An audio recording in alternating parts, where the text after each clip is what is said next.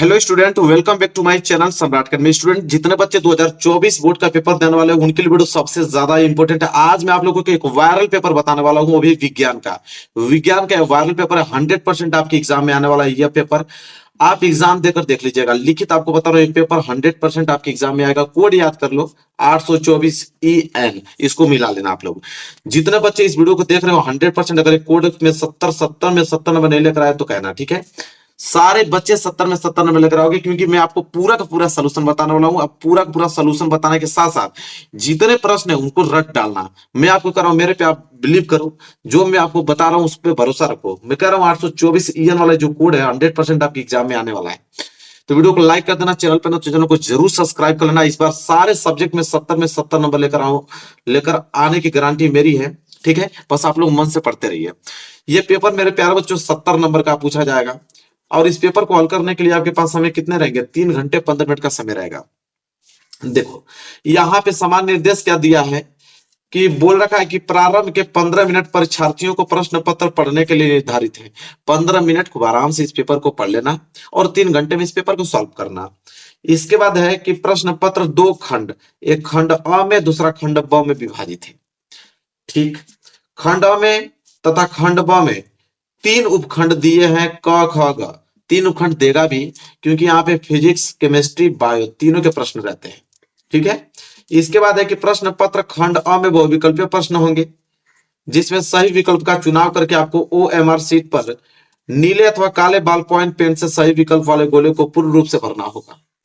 इसके बाद पांचवा है कि खंड अ में बहुविकल्पीय प्रश्न है तो प्रत्येक प्रश्न के लिए 1 अंक निर्धारित है। मतलब जो 20 ऑब्जेक्टिव क्वेश्चन होगा वो कितने नंबर के होंगे? 20 नंबर के। एक प्रश्न 1 नंबर का। इसके बाद खंड ब में वर्णनात्मक प्रश्न होंगे। प्रत्येक प्रश्न के सम्मुख उनके निर्धारित अंक दिए गए, मतलब हर एक प्रश्न के आगे बताया गया कि प्रश्न 2 नंबर का है कि 4 नंबर का है कि 6 नंबर का है, ठीक है। इसके बाद अगला है कि खंड ब में प्रत्येक उपखंड के सभी प्रश्न एक साथ करना आवश्यक है। प्रत्येक उपखंड नए पृष्ठ से प्रारंभ करें। मतलब खंड अ कर लिया तो खंड ब अगले पृष्ठ से करें, फिर अगले पृष्ठ से खंड ग करें, इस तरह। और बोल रखा है कि सभी प्रश्न अनिवार्य, मतलब जितने प्रश्न है सभी प्रश्न करना। भाई पूरा प्रश्न करेंगे तभी तो हम लोगों का 70 में 70 नंबर होगा। सबसे पहले आ गया खंड अ। खंड अ में रहेंगे बहुविकल्पीय प्रश्न मेरे प्यारे बच्चों, और उसमें आपके रहेंगे उपखंड क, ठीक है। देखो 20 ऑब्जेक्टिव क्वेश्चन 20 नंबर का। पहला प्रश्न पढ़ते हैं। पहला प्रश्न मेरे प्यारे बच्चों है क्या? पहला प्रश्न है कि यदि आपतन कोण I तथा अपवर्तन कोण R हो तब अपवर्तित किरण विचलित होगी, ठीक है। मेरे प्यारे बच्चों, बताया है कि अगर आपतन कोण को I से डिनोट किया जाए और अपवर्तन कोण को R से डिनोट किया जाए, तो अगर अपवर्तित किरण अगर हमें निकालना हो कि कितना कोण मुड़ा तो किस तरह निकलेगा, तो मेरे प्यारे बच्चों आपतन कोण में से अपवर्तन कोण को घटाने पर आपको मालूम चल जाएगा कि कितना विचलित हुआ है, ठीक है, कितना अपवर्तित हुआ है। ए वाला ऑप्शन जो है बिल्कुल राइट आंसर हो जाएगा। दूसरा है ताप बढ़ाने पर किसी चालक का वैद्युत प्रतिरोध। तो देखिए, ताप बढ़ाने पर किसी भी चालक का वैद्युत प्रतिरोध जो मेरे प्यारे विद्यार्थियों है वो बढ़ता है। वो क्या होता है? बढ़ता है किसी भी। तो बी वाला ऑप्शन बिल्कुल राइट आंसर हो जाएगा। वहीं अगर हम तीसरे प्रश्न की बात करें तो प्रिज्म द्वारा विचलन अधिकतम होता है। मतलब किस रंग का, जब प्रिज्म से श्वेत प्रकाश किरण जाती है तो 7 रंगों में विभक्त हो जाती हैं। तो अधिकतम विचलन किस रंग का होता है मेरे प्यारों? ये प्रश्न में है तो बैगनी रंग का होता है। आपको भी जानकारी होगी। ए वाला ऑप्शन बिल्कुल राइट आंसर होगा। बैगनी रंग का अधिक विचलन होता है। और सबसे कम अगर पूछ देता, अगर यहाँ पे कम दे देता तो कम मेरे प्यारे बच्चों लाल रंग का होता। ये भी ये प्रश्न याद कर लो। आगे बात करें चौथा प्रश्न कि एक अवतल दर्पण की वक्रता त्रिज्या 20 सेंटीमीटर, इसकी फोकस दूरी। मेरे प्यारे बच्चों, अवतल दर्पण की वक्रता त्रिज्या दिया है 20 सेंटीमीटर, ठीक है। तो R बराबर 20 सेंटीमीटर होगा। लेकिन अवतल दर्पण है तो वक्रता त्रिज्या माइनस में होगी। हमसे पूछा है फोकस दूरी F, तो F बराबर फॉर्मूला क्या होता है? R/K2। R का वैल्यू दे रखा है -20 और बटे में 2। जब इसको हम काटेंगे तो F बराबर आ जाएगा -10 सेंटीमीटर। अब -10 सेंटीमीटर मतलब ऑप्शन बी, ठीक है। बहुत सिंपल है। चलिए प्रश्न नंबर 5वां देखते हैं। प्रश्न नंबर 5वां मेरे प्यारे बच्चों यह है एक प्रोटॉन पर विद्युत आवेश की मात्रा होती है। तो एक प्रोटॉन पर विद्युत आवेश की मात्रा कितनी होती है मेरे प्यारे बच्चों? 4 ऑप्शन दिया हुआ है, तो याद कर लो। 1.6 गुणे 10 पे पावर -19 कूलाम। एक प्रोटॉन पर विद्युत आवेश की मात्रा कितनी होती है? तो 1.6 गुणे 10 पे पावर -19 कूलाम होती है। वहीं अगर हम बात करें प्रश्न नंबर 6 है कि किसी तार की लंबाई उसकी प्रारंभिक लंबाई की 3 गुना करने पर उसका प्रतिरोध हो जाएगा। तो किसी तार की अगर ये लंबाई है मेरे प्यारे बच्चों, ठीक है, अगर ये इसकी प्रारंभिक लंबाई इतना तार है, अगर इसको मैं 3 गुना अगर बढ़ा दूं तो उसका प्रतिरोध क्या होगा? तो मेरे प्यारे बच्चों प्रतिरोध भी उससे उतना 3 गुना बढ़ जाएगा। ठीक है, जितना गुना तार की लंबाई बढ़ाओगे प्रतिरोध भी उतना ही गुना बढ़ता है। चलो बात कर लेते हैं 7वां प्रश्न। स्वस्थ आंख के लिए दूरस्थ बिंदु होता है। अगर आपकी आंखें स्वस्थ हैं, देखो आपकी आंखें बिल्कुल स्वस्थ हैं, तो आप कितना दूर तक देख सकते हो ये बताओ। तो आप चंद्रमा को देख लेते हो, सूर्य को देख लेते हो, तो बताओ पृथ्वी से सूर्य की दूरी कितनी है? अनंत। ठीक है, तो अनंत दूरी तक अगर आपकी आंखें स्वस्थ है तो आप अनंत दूरी तक देख सकते हैं। डी वाला ऑप्शन राइट आंसर हो जाएगा। अब देखो यहाँ पे उपखंड ख। अब तक हम लोग मेरे प्यारे फिजिक्स के क्वेश्चन कर रहे थे, अब हम लोग केमिस्ट्री के क्वेश्चन करने वाले हैं, क्योंकि खंड ख में केमिस्ट्री के क्वेश्चन रहेगा। अब प्रश्न नंबर 8वां से स्टार्ट होगा। एंटीमनी है, बताना है कि एंटीमनी कौन है। एंटीमनी क्या धातु कहलाता है कि अधातु कहलाता है कि उपधातु कहलाता है कि मिश्र धातु? इतनी जानकारी तो आपको होगा कि जो एंटीमनी है मेरे प्यारे जो उपधातु होता है, क्या होता है? उपधातु। तो सी वाला जो है राइट आंसर हो जाएगा क्वेश्चन नंबर 8 का। वहीं अगर हम बात करें क्वेश्चन नंबर 9 है कि लेड नाइट्रेट का रासायनिक सूत्र। तो लेड नाइट्रेट का रासायनिक सूत्र तो आपको मालूम होगा, PbNO3 whole twice, PbNO3 whole twice. B वाला ऑप्शन राइट आंसर हो जाएगा। पूरा 70 में 70 करके आना है आप लोगों को, एक भी प्रश्न छोड़ना नहीं है एग्जाम में। 10वां है निम्नलिखित में से असंतृप्त हाइड्रोकार्बन। तो असंतृप्त हाइड्रोकार्बन मेरे प्यारे बच्चे जिसका 1:2 बनता है असंतृप्त हाइड्रोकार्बन कहलाता है। आप देख सकते हो इसका 1:3 बन रहा है, इसका 1:2 बन रहा है, बात खत्म। बी वाला ऑप्शन। ठीक है, चलिए आगे बढ़िए। प्रश्न नंबर 11, प्रोपेनल में क्रियात्मक समूह है। तो प्रोपेनल में क्रियात्मक समूह सिंपल ऑप्शन, ये तो बहुत बार क्वेश्चन बता चुका हूं, सिंगल बॉन्ड CH प्रोपेनल में क्रियात्मक समूह होता है। ठीक है, इसके बाद 12वां प्रश्न की अगर बात करें, एसिटिक अम्ल का IUPAC नाम, ये भी बहुत बार मैंने प्रश्न कराया हुआ है। एसिटिक अम्ल का IUPAC नाम क्या है? देखो एग्जाम में भी आ गया, एथेनोइक अम्ल होता है। तो एसिटिक अम्ल का IUPAC नाम एथेनोइक अम्ल। बी वाला ऑप्शन जो है बिल्कुल का राइट आंसर हो जाएगा क्वेश्चन नंबर 12 का। वही बात करें 13वां, एक तत्व के क्लोराइड का सूत्र, अगर क्लोराइड का सूत्र MCl2 है, तो उसके अगर मैं ऑक्साइड का सूत्र पूछूं कि उसके ऑक्साइड का सूत्र क्या होगा मेरे प्यारे बच्चों, तो हो जाएगा MO। क्या हो जाएगा? MO हो जाएगा। बी वाला ऑप्शन राइट आंसर हो जाएगा। अब देखो उपखंड ग, उपखंड ग में बायोलॉजी के प्रश्न रहेंगे मेरे प्यारे बच्चों, बायो के प्रश्न रहेंगे। और प्रश्न नंबर स्टार्ट होगा 14 से कि वृक्कों का कार्य क्या होता है। वृक्क मतलब क्या होता है? किडनी। वृक्क मतलब क्या होता है? किडनी। तो किडनी का कार्य क्या होता है? श्वसन करने का कार्य होता है कि प्रजनन, कि उत्सर्जन, की पाचन? सबको मालूम उत्सर्जन, जो टॉयलेट हम लोगों को बाहर निकलता है या गंदगी निकलती है वो किडनी के माध्यम से निकलती है, वृक्कों के माध्यम से। तो वृक्कों का कार्य क्या होता है? उत्सर्जन। ठीक है, उत्सर्जन का काम ये करती है। चलिए प्रश्न नंबर 15 देखते हैं। प्रश्न नंबर 15वां मेरे प्यारे बच्चों क्या है कि पत्तियों पर कलियां विकसित होती हैं। जो पत्ती पे कली जो खिलती हैं वो विकसित होती हैं। पुदीना में, आलू में, बायोफिल्म में, इन सभी पर। तो देखो पत्तियों पर कलियां विकसित होती हैं बायोफिल्म में। कहाँ है? बायोफिल्म में। सी वाला ऑप्शन जो है वो राइट आंसर हो जाएगा। वहीं अगर हम बात करें 16वां प्रश्न, आनुवंशिक विज्ञान के जनक हैं। तो आनुवंशिक विज्ञान के जनक ग्रेगर जॉन मेंडल कहाँ है भाई? सी वाले ऑप्शन पे हैं, यही राइट आंसर हो जाएंगे, सी वाले। वहीं बात करें अगले प्रश्न 17वां, तो दो DNA तंतु आपस में जुड़े होते हैं। अगर दो DNA अगर तंतु आपस में जुड़े होते हैं किनके कारण? हाइड्रोजन बंध। बिना हाइड्रोजन बंध के कारण वो कभी नहीं जिंदगी में जुड़ सकते हैं। तो हाइड्रोजन बंध के कारण दो हाइड्रोजन आपस में जुड़े होते हैं, ये जानकारी तो आपको भी होगी। 18वां प्रश्न है मुकुलन द्वारा प्रजनन होता है। तो मुकुलन के द्वारा प्रजनन होता है किसमें होता है मेरे प्यारे बच्चों? तो हाइड्रा में होता है। किसमें? हाइड्रा में होता है। ए वाला ऑप्शन जो है बिल्कुल राइट आंसर हो जाएगा। वहीं अगर हम बात करें 19वां प्रश्न कि मेंडल का प्रायोगिक पौधा था। तो मेंडल तो मटर किया था, लेकिन मटर में भी कौन सा? मीठी मटर किया था कि उद्यान मटर? तो मेरे प्यारे उद्यान मटर किया था। उद्यान मटर पर उन्होंने प्रयोग अपना किया था आनुवंशिक वाला। मिनरल का प्रयोगी पौधा कौन था? उद्यान मटर। लास्ट प्रश्न बहुविकल्पीय का है कि निम्न में से कौन सा एक मानव में मादा जनन तंत्र का भाग नहीं है? तो मादा जनन तंत्र का भाग नहीं है।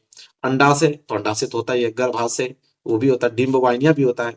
इस शुक्रवाहिका जो है वो मादा जनन तंत्र का भाग नहीं मेरे प्यारे बच्चों। तो सी वाला ऑप्शन बिल्कुल राइट आंसर हो जाएगा। ठीक है, यहाँ तक क्लियर, कोई दिक्कत नहीं होना चाहिए।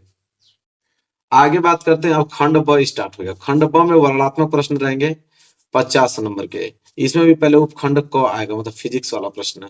ठीक है, फिजिक्स वाला प्रश्न है। पहला प्रश्न मेरे प्यारे बच्चों यह है, चलिए देखिए पहला प्रश्न है वो भी 4 नंबर के लिए। इस प्रश्न को छोड़ के मत आइएगा एग्जाम में। ठीक है, बता देता हूं उसका पूरा हल। एक अवतल दर्पण के सामने 15 सेंटीमीटर दूरी पर वस्तु रखी है। यदि दर्पण की फोकस दूरी अगर 30 सेंटीमीटर है तो प्रतिबिंब की स्थिति बताइए और प्रकृति ज्ञात कीजिए। मेरे प्यारे बच्चों बहुत आसान है, घबराना नहीं बिल्कुल। अवतल दर्पण, पहले बात क्या, अवतल दर्पण है, 15 सेंटीमीटर दूरी पर वस्तु रखी है। वस्तु रखने का मतलब यू का वैल्यू दिया है 15 सेंटीमीटर। ठीक है, तो अवतल दर्पण है तो माइनस में होगा। वैसे यू का वैल्यू अवतल दर्पण हो चाहे उत्तल दर्पण हो माइनस में ही होता है। फिर बोला यदि दर्पण की फोकस दूरी एफ, अब एफ का वैल्यू हमेशा माइनस में होगा क्योंकि आपका अवतल दर्पण है। अगर वही उत्तल दर्पण होता तो प्लस में हो जाता। अवतल दर्पण है तो -30 सेंटीमीटर। ठीक है, प्रतिबिंब की स्थिति पूछा है, स्थिति मतलब v का वैल्यू पूछा हुआ है। प्रकृति, प्रकृति ज्ञात करने के लिए हमें m का वैल्यू निकालना पड़ेगा, आवर्धन निकालना पड़ेगा। बस यही चीजें हैं। अब इसमें हमें कुछ करने की जरूरत नहीं मेरे प्यारे बच्चों, दर्पण सूत्र आपको लगाना है, आंसर आपके पास आ जाएगा। तो दर्पण सूत्र याद है ना आप लोगों को? चलिए मैं बता देता हूँ। दर्पण सूत्र से देखो, दर्पण सूत्र क्या कहता है कि 1/f बराबर 1/v और +1/u, यह होता है मेरे प्यारे बच्चों दर्पण सूत्र। अब बस वैल्यू रखना है, कुछ करना नहीं है। 1/f, f का वैल्यू कितना है -30 बराबर 1/v, v का वैल्यू तो ज्ञात ही करना है ना, और +1/u, u का वैल्यू दिया था मेरे प्यारे बच्चों -15। बस अब इसको हल करते जाना है। देखो कैसे हल करते हैं। ये हो जाएगा मेरे प्यारे बच्चों 1/-30 और ये हो जाएगा आपका 1/v, माइनस गुणा जब प्लस में करोगे तो -1/, कितना आ जाएगा 15 आ जाएगा। करना क्या है मेरे प्यारे बच्चों, 1/-30 और -1/15 इधर आएगा तो +1/15 बराबर 1/, इधर हो जाएगा और इधर बच जाएगा आपका 1/v। अब देखिए एलसीएम ले लीजिए। 30 और 15 का एलसीएम कितना होता है? 30 होता है। 30 से 30 कैंसिल, बच गया माइनस, -1 को गुणा 1 में होगा तो -1 इधर आ जाएगा, प्लस 15 दूनी के 30 और 2 को गुणा 1 में होगा तो 2 बराबर 1/v। बहुत सिंपल है। तो -1 + 2 मतलब 1, 1/30 बराबर 1/v। तो v को ऊपर कर दो, इधर 30 ऊपर चला जाएगा, v का वैल्यू आ गया 30, मतलब प्रतिबिंब जो बनेगा वो 30 सेंटीमीटर दूर बनेगा मेरे प्यारे बच्चों। ठीक है, हो गया। अब आवर्धन भी पूछे, स्थिति पूछा था, स्थिति तो हो गया। प्रकृति पूछा m, तो m बराबर फार्मूला चलता है मेरे प्यारे बच्चों -v/u। तो -v का वैल्यू कितना है 30 और u का वैल्यू -15, काट दो, 15 दूनी के 30 प्लस के 2 आ जाएगा। m बराबर प्लस के 2 आ गया। तो प्लस किसको दर्शाता है मेरे प्यारे बच्चों? प्लस है तो आभासी बनेगा। क्या बनेगा? आभासी बनेगा। बात खत्म। लो, प्रकृति भी हमने बता दिया। 4 नंबर मिल गया आपको। चलिए इस तरह 4 नंबर कंप्लीट हो गया। अगला प्रश्न देखिए दूसरा, बायोसेवर्ट का नियम। तो वो तो पूछेगा, बायोसेवर्ट का नियम तो देगा ही देगा भाई, बहुत इंपॉर्टेंट टॉपिक है बायोसेवर्ट का नियम। देखो बायोसेवर्ट का नियम बहुत सिंपल, मैं आपको बताऊंगा, बहुत सिंपल। बायोसेवर्ट का नियम हेडिंग आप डालिएगा, लिखिएगा कि बायोसेवर्ट ने प्रयोगों के आधार पर धारावाही चालक से उत्पन्न जो चुंबकीय क्षेत्र की तीव्रता का सूत्र प्राप्त किया था। इन प्रयोगों के आधार पर धारावाही चालक के एक छोटे खंड डेल्टा एल द्वारा किसी बिंदु P पर उत्पन्न चुंबकीय क्षेत्र B की तीव्रता निम्नलिखित बातों पर निर्भर करती है। कौन कौन बातों पर निर्भर करती है? पहला ये करता है कि चालक खंड की लंबाई डेल्टा एल के वो अनुक्रमणपाती होता है, बिल्कुल। फिर चालक खंड में जो प्रवाहित धारा आई है वो अनुक्रमणपाती होता है उसके। देखो इसके चालक खंड से बिंदु की दूरी जो r के वर्ग के व्युत्क्रमणपाती होता है। देखो चौथा कंडीशन ये कहता है कि धारा की दिशा तथा बिंदु के बीच के कोण के ज्या के अनुक्रमणपाती होता है। देखो बस यही चार चीजें हैं और ये फिगर बना लीजिएगा मेरे प्यारे बच्चों। कितना सिंपल है बायोसावर्ट का नियम, बस 4 पॉइंट आपको दर्शाना है। ठीक है, नोट कर लेना, बहुत सिंपल है। आगे अगर हम बात करें तो अगला देखो क्या है कि 20 ओम प्रतिरोध की कोई विद्युत स्त्री 5 एम्पियर विद्युत धारा लेती है तो 30 सेकंड में उष्मा परिकलित कीजिए। अब ये प्रश्न कितना सिंपल है मेरे प्यारे बच्चों। आपको दिया क्या है 20 ओम प्रतिरोध, तो आर बराबर दे रखा है आपको 20 ओम। ठीक है, 5 एम्पियर धारा लेता है तो आई बराबर आपको दिया है 5 एम्पियर। ठीक है, टी समय दिया है आपको 30 सेकेंड। पूछा है कि उष्मा बताइए एच, तो एच बराबर फॉर्मूला होता है मेरे प्यारे बच्चों आई स्क्वायर आर टी। तो एच बराबर आई स्क्वायर मतलब 5 का स्क्वायर कर दो और आर का मतलब 20 और टी का मतलब 30। तो एच बराबर क्या हो जाएगा 5 का स्क्वायर करोगे तो 25 और 30 को गुणा 20 में करोगे तो कितना आ जाएगा 3 दूनी के 600। एच बराबर जब 600 गुणा 25 में करोगे तो कितना आ जाएगा 15,000। तो 15,000 उष्मा परिकलित करता है, सिंपल। कितना छोटा प्रश्न देखो है, इतना ही सोल्यूशन में 4 नंबर आपको मिल गया। बस बिल्कुल यही काम करके आना आपको। चौथा है 3 प्रतिरोध R1 R2 R3 ये किस क्रम में जुड़े हुए हैं, समांतर क्रम में जुड़े हुए हैं। इसके तुल्य प्रतिरोध के लिए सूत्र स्थापित करना मेरे प्यारों जो 6 नंबर का प्रश्न है। ठीक है, मतलब 3 प्रतिरोध R1 R2 R3 समांतर क्रम में अगर जुड़े हो तो तुल्य प्रतिरोध का सूत्र आपको स्थापित करना है। तो देखो बहुत सिंपल, इसका मैं सॉल्यूशन बता दूं ताकि 6 नंबर आप पूरा ले लो। 6 नंबर पूरा स्टेप से करना तभी मिलेगा। प्रतिरोध का समांतर क्रम संयोजन, पहले आप जानिए कि समांतर क्रम होता है क्या है, लिखना पहले वह संयोजन जिसमें सभी प्रतिरोध के पहले सिरे को बिंदु x से जोड़ देते हैं। देखो ये बिंदु x है, 3 प्रतिरोध है, तीनों को पहले सिरे x से जोड़ दिया। फिर कराता था सभी प्रतिरोधों के दूसरे सिरे को बिंदु y से जोड़ देते हैं। अब देखो पहला पॉइंट यहां जोड़ दिया ना, अब तीनों को हम इसके लास्ट वाले पॉइंट y से जोड़ देते हैं। ठीक है, फिर कह रहा है कि और यदि 3 से अधिक प्रतिरोध है तो आगे भी इसी क्रम में जोड़ देते हैं, और भी तार होंगे तो इस तरह जोड़ते चले जाएंगे। तब प्रतिरोध के इस संयोजन को हम समांतर क्रम संयोजन कहते हैं। मतलब इस तरह अगर जुड़ा हो कि अगर 3 प्रतिरोध का पहला सिरा x से जुड़ा हो और अंतिम सिरा y से जुड़ा हो तो इसे हम समांतर क्रम संयोजन कहते हैं, सिंपल। इसके बाद चित्र बनाइएगा R1 R2 R3 3 प्रतिरोध समांतर क्रम में जुड़े हुए हैं, पहला बिंदु x से, दूसरा लास्ट वाला बिंदु y से जुड़े हुए हैं। ये आपका वोल्टमीटर है नापने के लिए, ये आपका प्लस और माइनस है, बैटरी लगी हुई है। यहाँ पे लिख देना कि प्रतिरोध का समांतर क्रम संयोजन, चित्र जरूर बनाना। इसके बाद लिखना कि माना 3 प्रतिरोध है R1 R2 R3 समांतर क्रम में जुड़े हैं। ठीक है, तब इन प्रतिरोधों पर विभवांतर समान मात्रा में होगा। मेरे प्यारों से इतना याद रखना है कि अगर कितना भी प्रतिरोध अगर समांतर क्रम में जुड़ा है तो उसमें जो विभवांतर भी होगा तीनों में समान होगा, तीनों में समान होगा। कब, जब समांतर क्रम में प्रतिरोध जुड़े हो तब। लेकिन देखिए लिखा है जबकि इन विद्युत धाराएं I1 I2 I3 होगी, मतलब जो विद्युत धारा होगा तीनों में अलग होगा। इसमें I1 होगा तो इसमें I2 धारा बहेगी, I3 मतलब तीनों में धारा अलग अलग होगी लेकिन विभवांतर तीनों में सेम होगा। इतना लिखने के बाद आप ओम का नियम लगाना। I1 अगर यहाँ पे देखिए प्रतिरोध R1 में अगर I1 धारा बह रही है तो अगर मैं यहाँ से ओम का नियम लगाऊं तो ओम का नियम क्या कहता है कि I1 बराबर V अपान के R1, इसमें आपने ओम का नियम लगा दिया। इसी तरह दूसरा में लगाओगे तो I2 अपान के V अपान के R2, फिर I3 बराबर V अपान के R3। तीनों में हमने ओम का नियम लगाया, तीनों को हमने यहाँ पे स्टेप बाय स्टेप लिख दिया, कोई दिक्कत नहीं। इसके बाद बोला कि माना x और y बिंदुओं के बीच कुल धारा I है, मतलब कि तीनों में अलग अलग है लेकिन हमने टोटल धारा, इन तीनों को टोटल धारा हमने I सिर्फ I मान लिया। और I बराबर क्या होगा, तीनों को जोड़कर आएगा I1 I2 I3, तीनों को मिलाकर हमने एक नाम दे दिया कि I1 धारा बह रही है। ठीक है, इसके बाद मेरे प्यारे बच्चों आगे लिखना, देखो वही चीज लिखा हो ना कि जो टोटल I होगा वो तीनों के योग के बराबर होगा। फिर लिखा कि मान रखने पर, वो जो 3 हमने समीकरण बना तो उसमें मान रखा तो I बराबर क्या होगा, I1 का वैल्यू हमने लिख दिया V अपान के R1, पीछे था ना। I2 की जगह हमने V अपान के R2 लिख दिया, I3 की जगह हमने V अपान के R3, समीकरण पहले से। मतलब ये वाला जो है यही I1 का वैल्यू ये रखा हूँ, I2 का वैल्यू ये रखा हूँ, I3 का वैल्यू हमने ये रखा है, बस और कुछ किया नहीं हमने। इतना कर लोगे। इसके बाद हम लिखा है कि माना x और y बिंदुओं के बीच के तुल्य प्रतिरोध R है, मतलब टोटल प्रतिरोध हमने अगर R मान लिया तो ये बताओ कि टोटल धारा हमने I मान लिया, टोटल प्रतिरोध हमने R मान लिया, टोटल विभवांतर हमने V मान लिया। तो इन तीनों अगर मिलाकर ओम का नियम लगाऊंगा तो I अपान के V अपान के R होगा, I बराबर V अपान के R। इसे हम समीकरण दूसरा मान लेते हैं। हमने क्या किया कि समीकरण 1 और समीकरण 2 की तुलना करने पे ठीक है, इन दोनों का अगर तुलना कर रहे हैं हम, ठीक है, तो तुलना करने पे आपको क्या दिखने को मिल रहा है, देखो आई जो है, आई की जगह हमने क्या रख दिया, वी अपान के आर, तो आई की जगह देखो, आई की जगह हमने वी अपान के आर रख दिया, फिर बाकी जो वी अपान के आर वन है, वी अपान के आर टू, वी अपान के आर थ्री, इसी तरह हमने छोड़ दिया।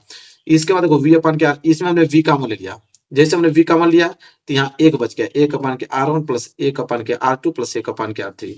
फिर हमने क्या किया कि वी से वी को कैंसिल कर दिया, तो एक अपान के आर बच गया, बराबर इधर आपका एक अपान के आर वन प्लस एक अपान के आर टू प्लस एक अपान के आर थ्री। यही है तुल्य प्रतिरोध। जब तीन प्रतिरोध अगर समांतर क्रम में जुड़े हों तो तुल्य प्रतिरोध के लिए यहाँ पे सूत्र स्थापित इसी तरह किया जाता है, तब जाके आपको 6 नंबर मिलेगा। ये तो आपके एग्जाम में आने वाला है, इसको तैयार करना। चलो आगे देखो, अगर ये प्रश्न चौथा वाला नहीं कर पाते हो मेरे प्यारे बच्चों, ठीक है, तो अथवा करके एक और आपको प्रश्न दिया गया है, अथवा करके कि चुंबकीय क्षेत्र में स्थित धारावाही चालक पर लगने वाले बल का सूत्र स्थापित कीजिए। तो बल का सूत्र स्थापित मत कीजिएगा, आप यही वाला कर दीजिए, सिंपल यही है। दोनों में से कोई एक ही करना, तब चौथा वाला कर लेना, अथवा वाला छोड़ देना। अब उपखंड ख, अब मैं आपको दूंगा होमवर्क। निम्नलिखित अभिक्रियाओं से प्रत्येक के लिए रासायनिक समीकरण लिखिए, ठीक है, 4, 1 2 3 4, ये है होमवर्क। बहुत बार इनको कराया, ठीक है, ईमानदारी से होमवर्क करके आना संतुलित करने के लिए, ठीक है, बहुत वीडियो अपने बना चुका है। ये हो होमवर्क, बीच बीच में होमवर्क भी देता रहूंगा एक आध प्रश्न, तो उससे कॉन्फिडेंस पड़ेगा, आप खुद करोगे तो और चीजें क्लियर होंगी।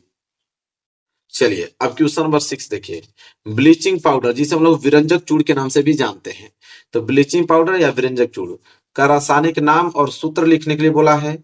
और एक चीज और बोला है कि क्या होता है जब इसे अगर हवा में छोड़ देते हैं तो क्या होगा। ब्लीचिंग पाउडर के दो उपयोग भी लिखिए, तब जाके आपको 4 नंबर मिलेगा मेरे प्यारे बच्चों।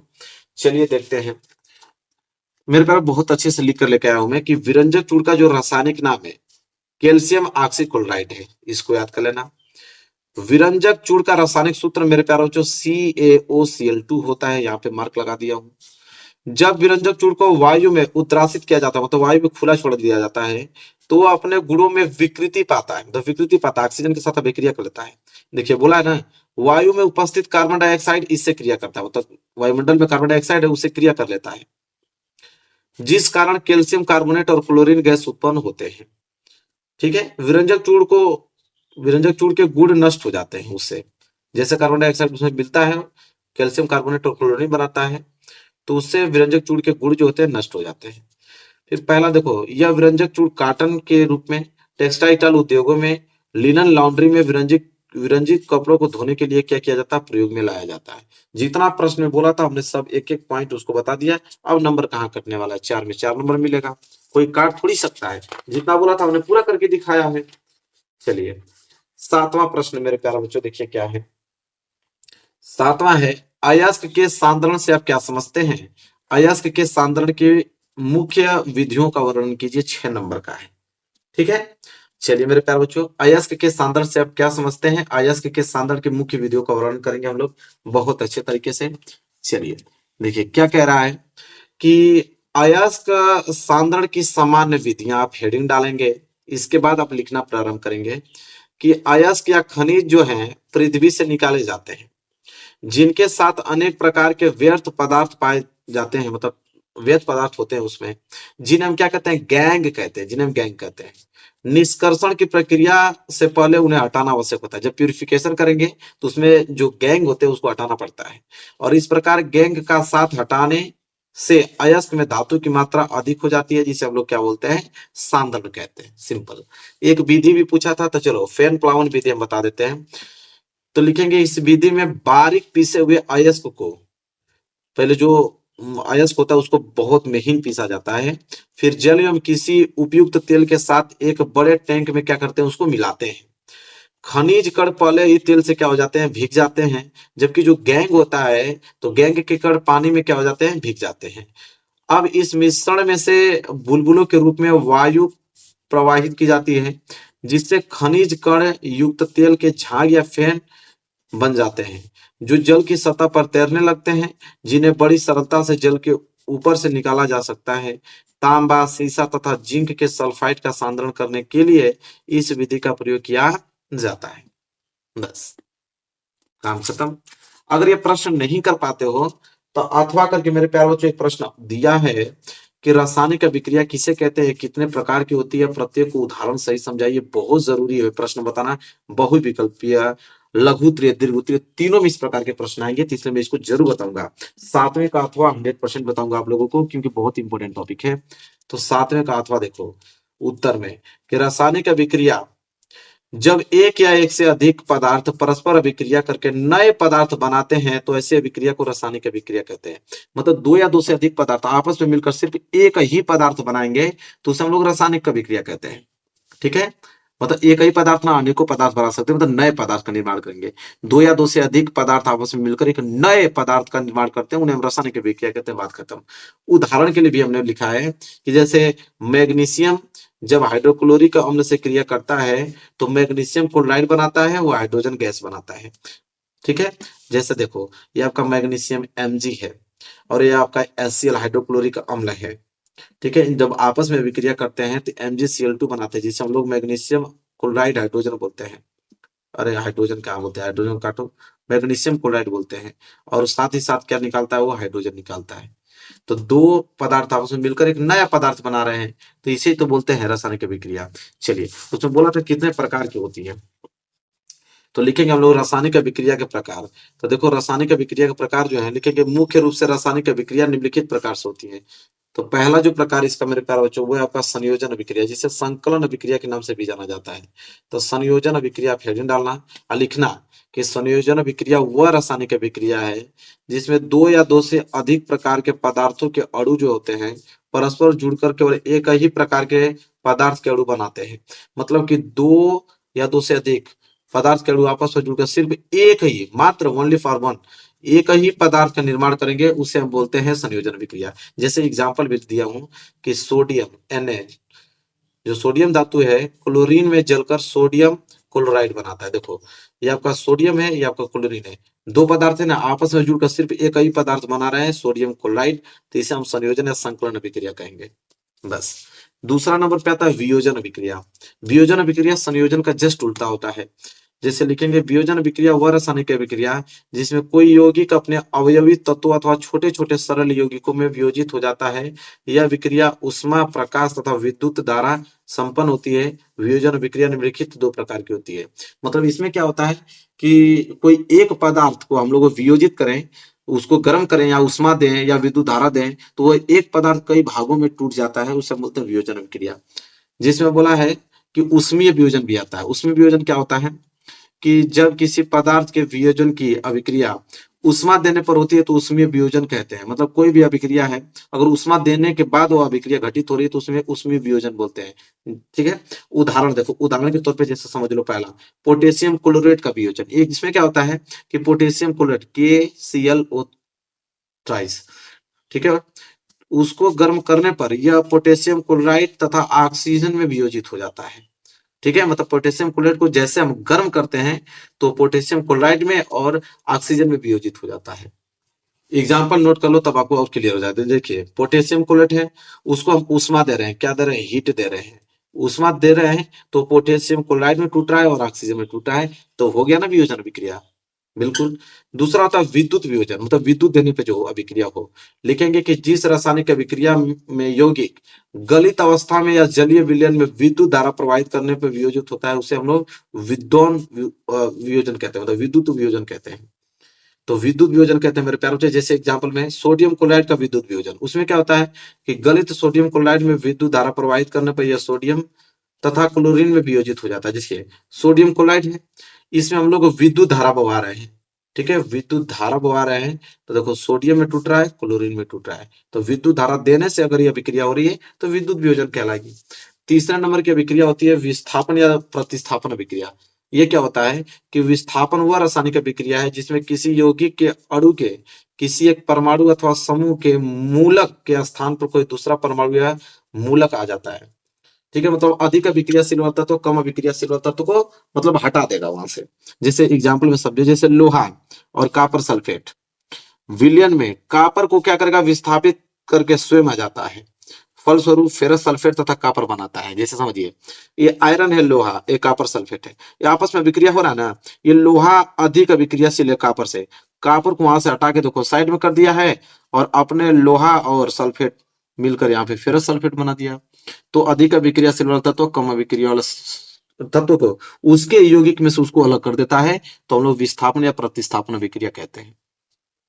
और एक लास्ट अभिक्रिया होता है जिसे हम बोलते हैं उभय प्रतिस्थापन या द्विविस्थापन अभिक्रिया। इसमें क्या होता है कि जिस रासायनिक अभिक्रिया में यौगिकों के आयने अथवा घटकों की अदला बदली हो जाती है, आयनों का आदान प्रदान होता है तथा नए यौगिक बनते हैं, वह उभय प्रतिस्थापन अभिक्रिया कहलाती है।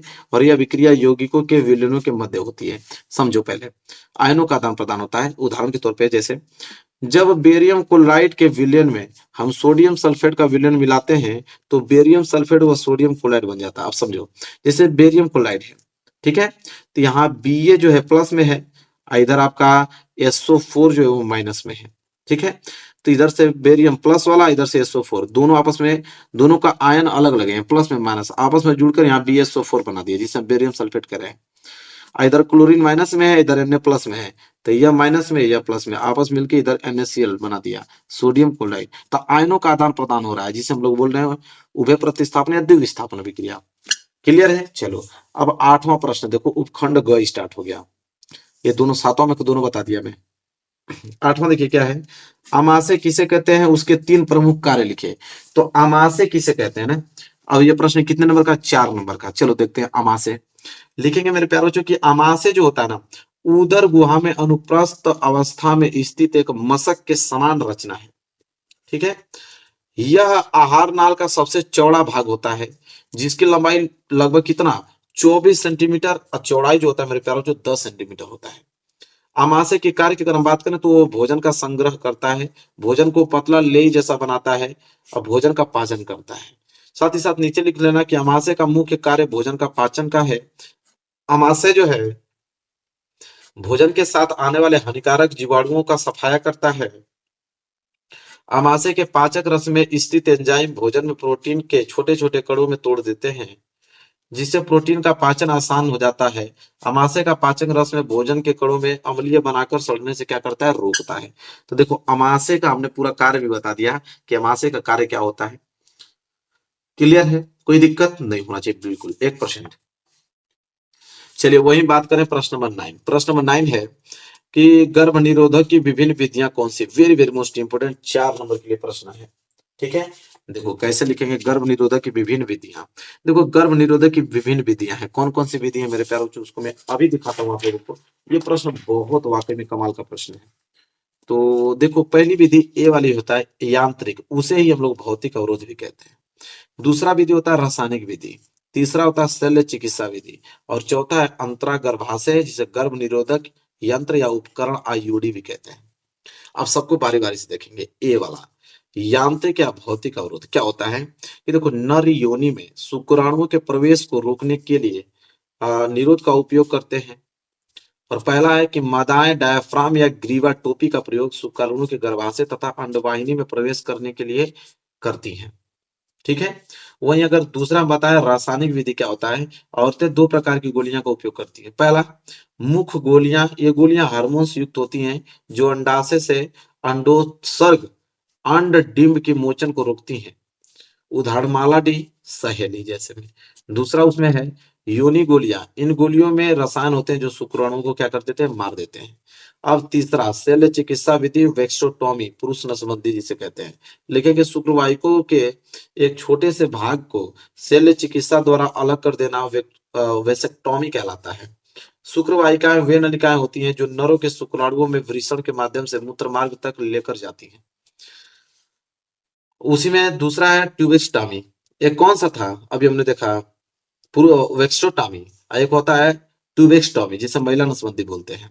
लिखेंगे डिंब वाहिनी नलिकाओं के एक भाग को काटकर अलग कर देना ट्यूबेक्टॉमी कहलाता है। और यह प्रक्रिया अंड डिंब को आगे डिंब वाहिनियां तथा गर्भाशय में जाने से क्या करती हैं, रोकती हैं। अब चौथा देखो अंतरा गर्भाशय गर्भ निरोधक यंत्र उपकरण। इसमें क्या होता है कि यंत्र जो कॉपर आयनों के स्रोत होते हैं उनको मादा महिला के गर्भाशय में स्थापित किया जाता है, जो निषेचित अंड या ब्लास्टुला गर्भाशय में स्थापित होने से क्या होती हैं, रोकते हैं। बस क्लियर है। आगे बात करते हैं प्रश्न नंबर 10वां। देखो 10वां प्रश्न मेरे प्यारे बच्चों है, स्वपरागण के लिए आवश्यक अनुकूल तथा इनके लाभ एवं हानियां लिखिए। स्वपरागण के लिए आवश्यक अनुकूल, उनके लाभ क्या है, उनके हानि क्या है, 4 नंबर के लिए प्रश्न है। तो चलिए पहले जानते हैं स्वपरागण होता है क्या मेरे प्यारे बच्चों। इधर देखो, स्वपरागण के लिए आवश्यक अनुकूल, पुष्प का द्विलिंगी होना आवश्यक है, मतलब पुष्प का द्विलिंगी होना बहुत जरूरी है। नर एवं मादा भाग एक साथ परिपक्व होना आवश्यक है। स्वपरागण के लाभ लिखेंगे, स्वपरागण के निम्नलिखित लाभ हैं, फिर हानियां भी देखेंगे। लाभ तो यह है कि पुष्पों में स्वपरागण एक आसान तथा निश्चित गति प्रक्रिया है, जिसके कारण पौधों का वंश जो है चलता रहता है। दूसरा है कि इनको परागण क्रिया के लिए दूसरे पुष्पों पर निर्भर नहीं रहना पड़ता है, वो स्वयं पर निर्धारित है। स्व परागित पुष्पों का रंग, सुगंध तथा मधु उत्पन्न करने की आवश्यकता नहीं पड़ती, जिससे पौधों की कम से कम ऊर्जा उपयोग होती है। चौथा लाभ सुन लो, स्वपरागण में परागकण के लिए कम परागकणों की आवश्यकता होती है, जिससे परागकण व्यर्थ नष्ट नहीं होते हैं। लास्ट है, स्वपरागित बीज शुद्ध नस्ल वाले समयुग्मी संतति होते हैं तथा इनका पैतृक गुण जो होता है यही रहते हैं। तो ये तो लाभ था स्वपरागण की। हानियां भी कुछ देख लो। तो स्वपरागण से निम्नलिखित हानियां, पहला हानि तो यह है कि स्वपरागण से उत्पन्न बीज जो होता है मतलब उत्तम श्रेणी के नहीं होते हैं, ठीक है। और दूसरा कि स्वपरागण से उत्पन्न पौधों में समय के साथ रंगों के प्रति क्षमता जो होती है कम होती जाती है। फिर तीसरा है कि स्वपरागण से उत्पन्न बीजों से बने पौधे जो होते हैं कमजोर हो जाते हैं। फिर चौथा है, स्वपरागण से उत्पन्न बीज संख्या में कम, भार में हल्के तथा छोटे होते हैं। पांचवा, ऐसे बीज जो होते हैं शीघ्र नहीं पकते हैं। छठा है कि स्वपरागण द्वारा नई जातियों की उत्पत्ति नहीं हो सकती, मतलब बहुत सारा उन्होंने बता दिया, 3-4 याद कर लेना, ठीक है। आइए 11वां प्रश्न देखिए। 11वां प्रश्न मेरे प्यारे बच्चों है कि मुख से लेकर आमाशय तक होने वाली पाचन क्रिया को प्रभावित करने वाले एंजाइम के कार्य लिखिए 6 नंबर। तो मुख से लेकर, जहां मुख से आप भोजन ग्रहण करते हो और जब पाचन हो जाता है डाइजेस्ट, वहां तक जितने भी एंजाइम है सबका उल्लेख करना है। आपकी किताब में, आपके बुक में प्रश्न दिया है, आपके क्वेश्चन बैंक में दिया हुआ है, ये आपके लिए होमवर्क है, इसको जरूर आप लोग याद कर लेना। मैं अथवा वाला बता देता हूँ। अथवा वाला है कि यकृत के कार्यों का उल्लेख कीजिए। प्रश्न कितने नंबर का है? 6 नंबर का है। चलिए देखते हैं। देखो मेरे प्यारे बच्चे, 6 नंबर का है, मतलब बहुत ज्यादा पॉइंट लिखोगे तभी ना 6 नंबर एग्जाम में देगा। मैं पॉइंट वगैरह लिखूंगा, पॉइंट लिखोगे ज्यादा नंबर मिलेगा। जैसे आप पहले हेडिंग डालना यकृत के कार्य, पहला पॉइंट लिखना है कि यकृत जो है रक्त का थक्का बनाने में मदद करता है और साथ ही फाइब्रोसिन नामक प्रोटीन का भी वो क्या कर देता है, निर्माण करता है। दूसरा पॉइंट में लिखना है कि यकृत हमारे शरीर के तापमान को भी क्या करता है, नियंत्रित रखता है। तीसरा है कि यकृत आरबीसी को नष्ट करने में हमारी मदद करता है। चौथा पॉइंट है कि यकृत रक्त शर्करा को क्या करता है, नियंत्रित रखता है। पांचवा है कि यकृत अलावा यकृत हमारे शरीर में विषाक्त पदार्थों को क्या करता है, बाहर निकालता है। छठा, यकृत का सबसे बड़ा कार्य जो होता है ग्लूकोज को ऊर्जा ऊर्जा में बदलने का होता है। इसके बाद सातवां, यकृत जो होता है अमासिक रस के हम लोगों को प्रभावहीन करने के लिए बनाता है और भोजन को क्या कर देता है, बिल्कुल क्षारीय बना देता है। इसके बाद एक यकृत द्वारा निर्मित पित्त रस वसा का पायसीकरण करता है। 9वां पॉइंट है कि यकृत शरीर के संचरण का एक रुधिर संचालित करता है। वहीं 10वां पॉइंट की अगर हम बात करें तो यह शरीर का भंडार गृह कहलाता है।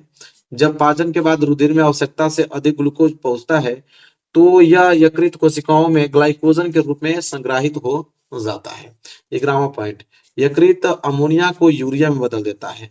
12वां पॉइंट, विषैले पदार्थ को यकृतीय कोशिकाएं निष्क्रिय बनाकर शरीर की क्या करती हैं, रक्षा करती हैं। और लास्ट पॉइंट ये है भाई, 6 नंबर के लिए तो उतना पॉइंट लिखना पड़ेगा आपको। 13वां है, हमारे शरीर में लाल रुधिर कणिकाओं एवं प्रोटीन का निर्माण यकृत में होता है। तो यकृत का कार्य 6 नंबर का प्रश्न था। पूरा डिटेल में हमने पॉइंट वाइज लिखोगे ना, सबसे ज्यादा नंबर मिलता है।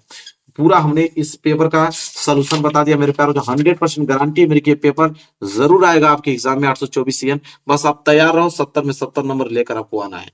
मेरे प्यारे बच्चों, वीडियो को लाइक कर देना जरूर से, चैनल पर ना तो चैनल को जरूर सब्सक्राइब कर लेना। मिलेंगे आपसे प्यारे से नेक्स्ट वीडियो में, तब तक के लिए धन्यवाद।